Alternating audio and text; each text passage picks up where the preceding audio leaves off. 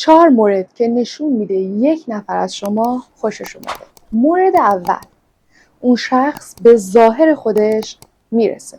اگر شما با شخصی در ارتباط هستین که هر وقت شما رو میبینه به ظاهر خودش میرسه، ظاهری همیشه آراسته و مرتب داره، بوی خوبی میده، این نشون دهنده خیلی خوبی هست.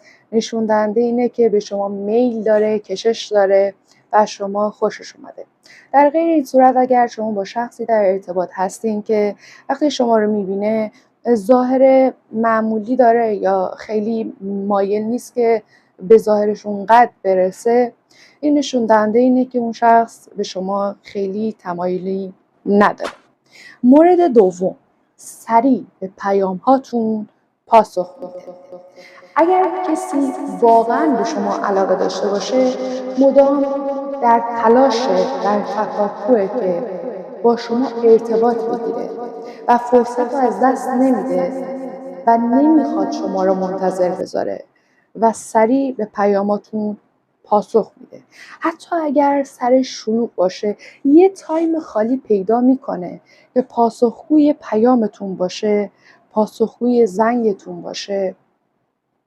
در غیر این صورت اگر شخصی رو دیدین که حالا بهانه‌های مختلفی میگیره، نمیدونم سرم شلوغ بود، تایم نداشتم، و دیدین اصلا 1 روز کامل، 2 روز کامل، 3 روز کامل، حتی یک پیام، زنگ، هیچ گزینه‌ای از ایشون نبود، مطمئن باشین که ایشون علاقه چندانی به ادامه ارتباط با شما ندارن.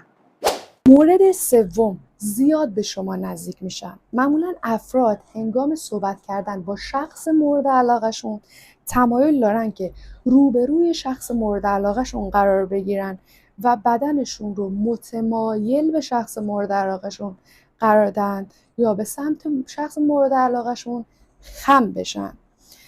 این نشون دهنده اونه که اون فرد به شما علاقه‌منده و دوست داره با دقت و تمرکز زیاد به صحبت‌های شما گوش بده.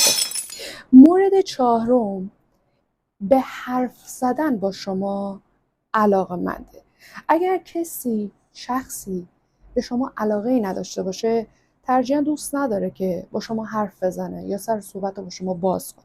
ولی اگر شخصی به شما علاقه‌مند باشه، دوست داره موضوعات مختلف و اهم از سیاست، آب و هوا، فلسفه، روانشناسی، هنر پیش بکشه که فقط این گفتمان، این گفتگو و این بحث ادامه داشته باشه که بتونه تایم زیادی رو در اختیار با شما باشه و تایم زیادی رو در کنار شما سپری کنه، چون این لحظاتی که کنار شما سپری میکنه برایش شیرین و لذت بخشه.